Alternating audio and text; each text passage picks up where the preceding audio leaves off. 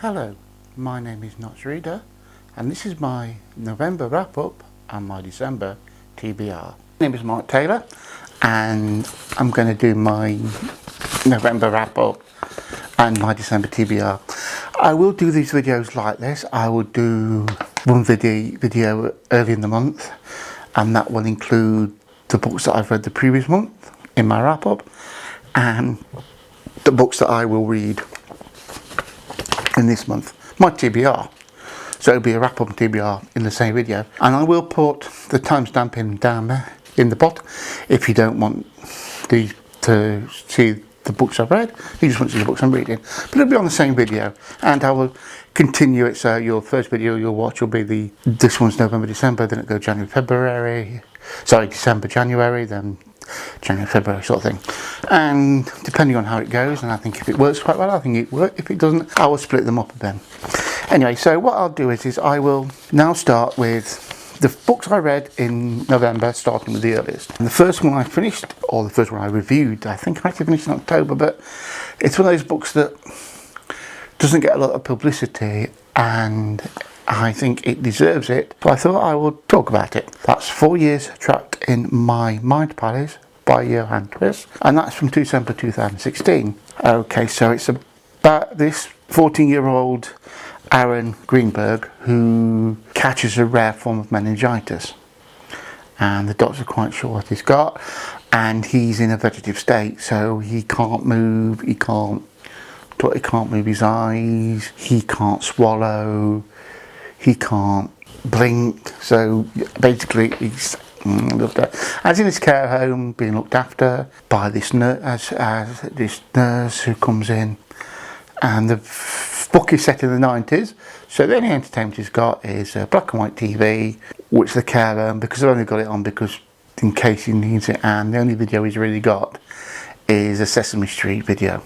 Now this lad's 14, so he's basically bored, but he uses his mind to move around this thing. He's got a great imagination, and there's a nurse that looks after him, and there's the cleaner, well, the caretaker that comes in and cleans around him. They talk to him, but as I says, they just talk to him as though he's from there, but they can't hear what he can't reply, and he's all on his own until a Jewish jazz musician named Solomon comes in and moves in with him in this care home, and he's got dementia, and it's got to the point where his family thinks he can't cope on his own, so they move into this home, and he has this amazing connection with Aaron.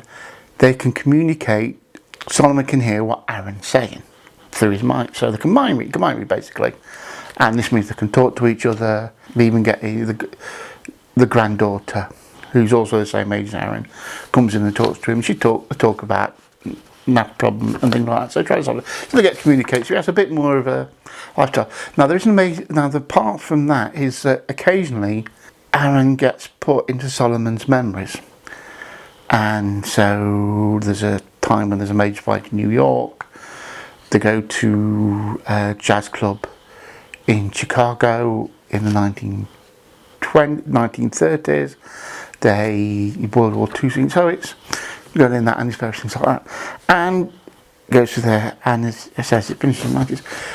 And this novel is absolutely brilliant. As he says, it came out in December 2016, and it really flows. It's a great story. It's really interesting. As I says, it's one of those stories that if you see it or get it, I would advise you to read it. It is well worth a read, because it does a bit. It's one of those books that I hope that this channel finds books out that aren't, but are still worth reading if you do get them.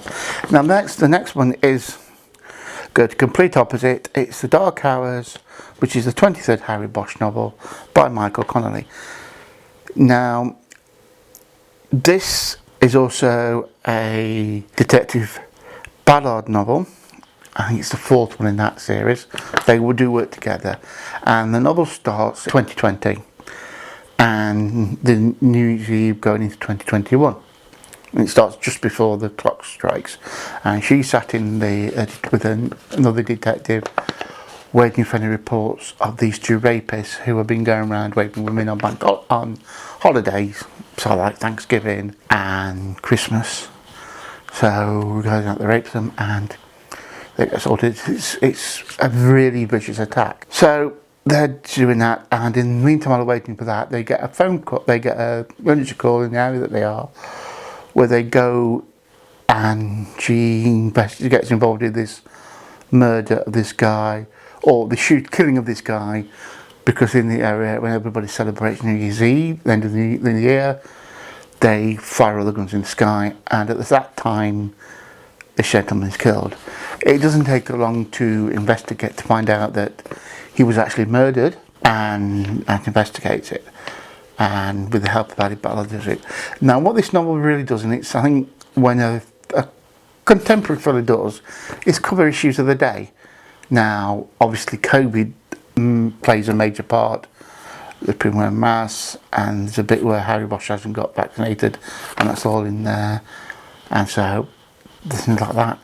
And also you've got the Black Lives Matter issues are raised from all the protests that have been going on with the George Floyd. Now this is done through the eyes of the police, and it sort of says how they feel about how they've been treated since the events. There's nothing against the protests, it's just the morale of the thing, how they don't feel they're being supported and things like that. So it does work well. And as I said, this is the first Harry Bosch novel I've read. I've seen a couple of the first two series of the show on Amazon, and it's working really well. So it actually can be read as a standalone. There are references to past novels, but it's done in such a way that they'll just blink through it. I think it works out that you may not have read the previous novels, or it's that long since you've read them that it'll give you just a little memory jog what's happened, so you're able to follow what's happening and not be left out too far at it. Okay, that's fine. Yep. So, and the next book I'm going to discuss is The Betrayals by Bridget Collins. Now I'm really not going to talk about it a lot because there is a video of The Betrayals, which I'll put a note of it there. And it's set in this ancient castle where they discuss this, where they train on this supposedly game called Grand Jeu that's never mentioned, apart from in that it involves very couple of things that I really can't connect. And he gets there to be sort of in isolation there, and he meets a teacher there who is a sister and the first woman to be at the school, and she comes to the Grand Jeu game, and there's a bit about that. And also there's a storyline of this brat who you don't know whether it's a rat or a human being, and it appears every so often for some reason, but I really think they could have left that character out.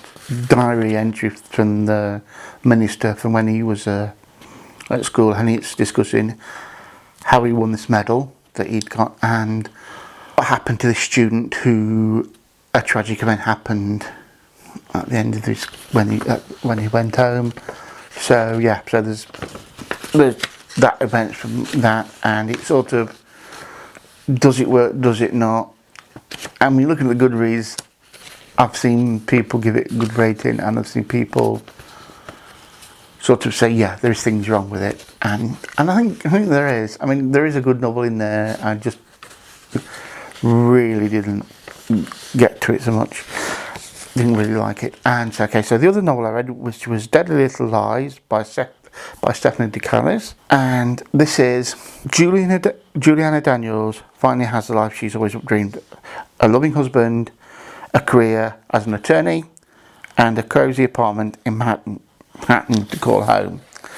But when she gets a message from an old college friend, her blood runs cold. Remember me, because the woman that sent the message died in the first year of college, and 10 years have passed, and she keeps her college friends away from her husband because she was not, they were the sort of it group, and she sort of did that for about a year, for about the first year of college, and there's various events of what happened, and the messages coming from the dead girl telling them got to be at these events and things like that.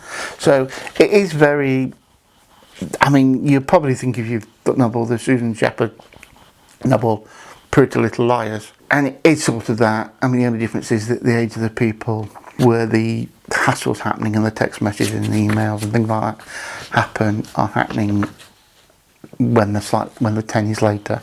So yeah, it is a really good novel. I really enjoyed it. Yes, it's a trope that's probably been written before and will be written again, but as a good fun novel, good psychological thriller, it is really well worth it. And okay, now, so I have listened to an audio book this month, and that Lady Chatterley's Lover by D.H. Lawrence. Now, D.H. Lawrence and Lady Chatterley's Lover is infamous in the UK and in America. I think it was banned in America. It was published in Italy in 1928 privately, and there were various versions of the book around as well, edited versions.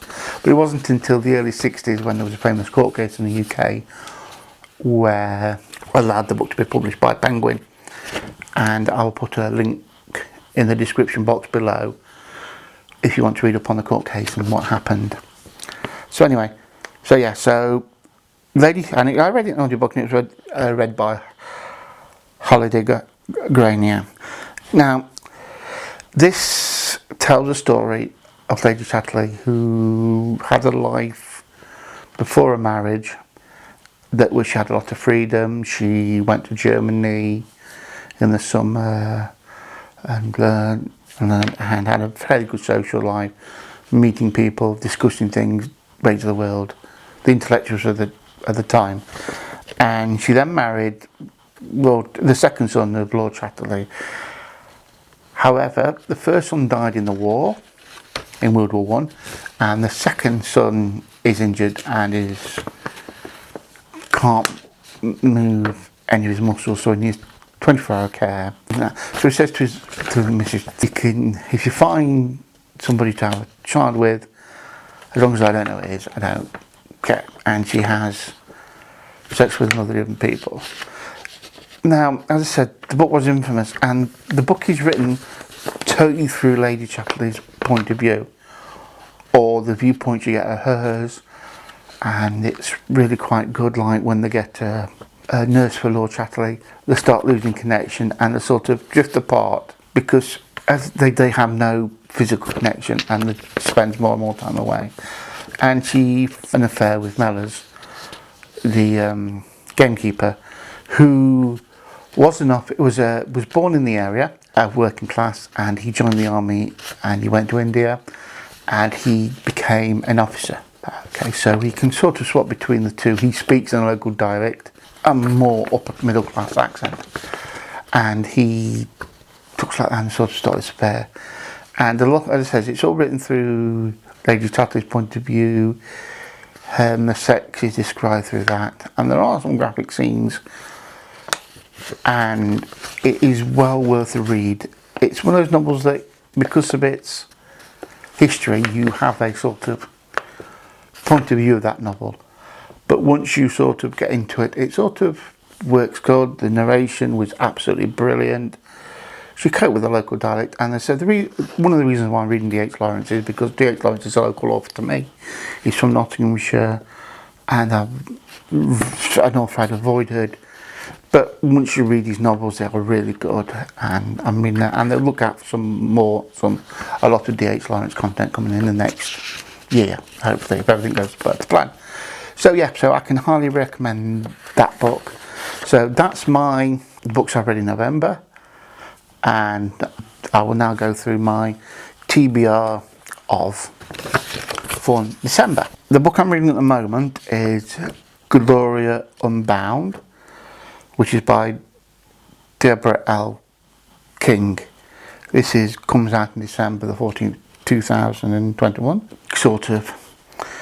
It's a follow-up to Gloria Bound, and it's set in the 80s. This black girl who lives in Chicago is from this devout Christian family. Her father's left, and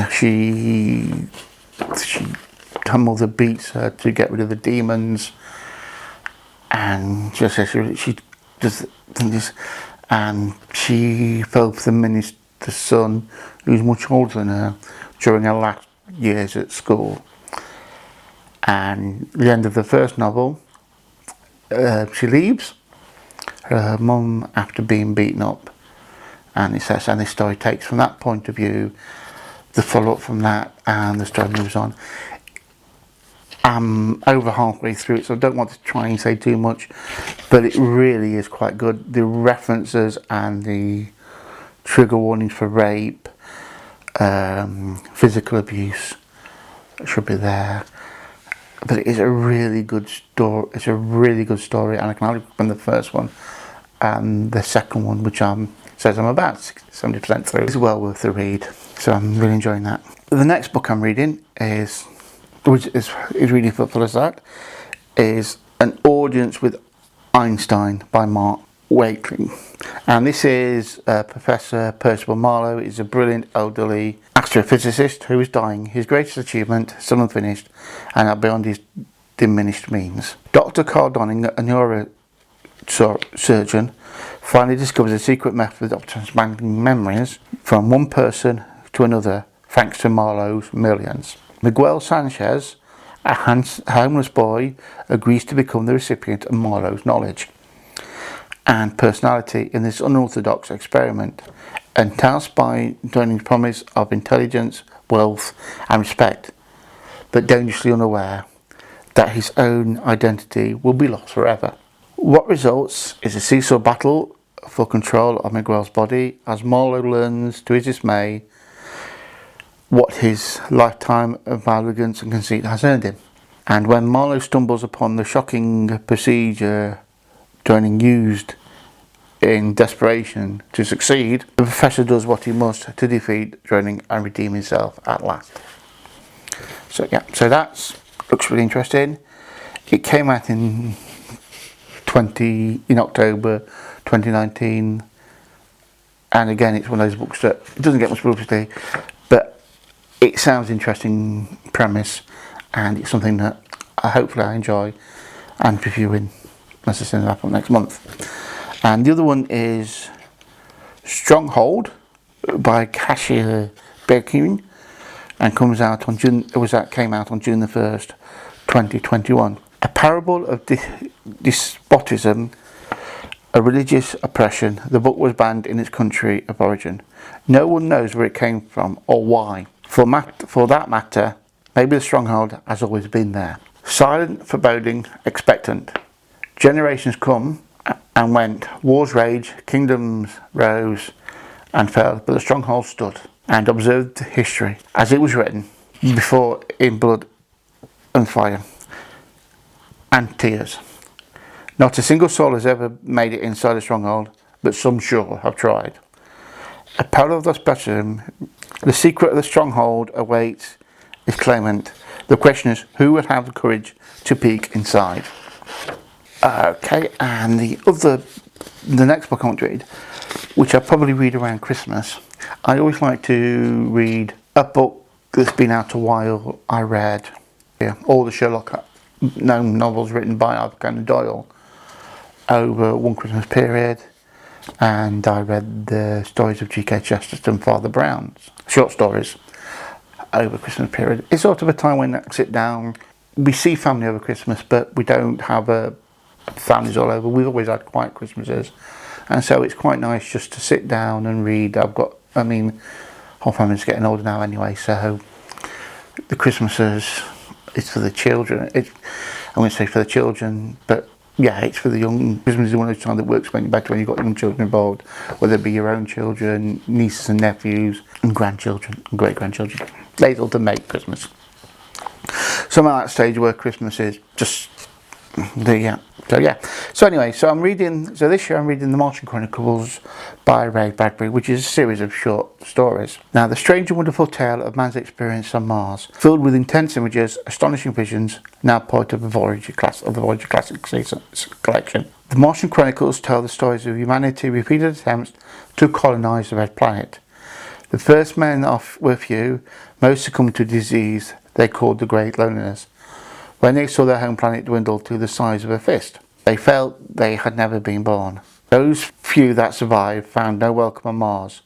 The shape-changing Martians thought they were native lunatics and duly locked them up. But more rockets arrived from Earth and more piercing hallucinations projected by the Martians. People brought their old prejudices with them, and the desire and fantasies tainted dreams. These were soon inhabited by strange native beings with their caged flowers, birds of home. Yep, so yes, so there's a number of short stories. Okay, that's one, yep. And I think, so that's what I'm hoping to read in this month. There's not a lot, but I never really do. I mean, hopefully I've got a couple of books that are due for review in January, which I'll read if I can fit them in. But yeah, that's what I'm aiming to read over December, and my wrap up of November. Okay, comment down below if you like this format. Like it as well, so it helps get my young channel on the rise. Subscribe if you wish to, and it says so. Treat everybody fairly and keep safe. Anyway, so thanks for watching, and I hope to speak to you soon.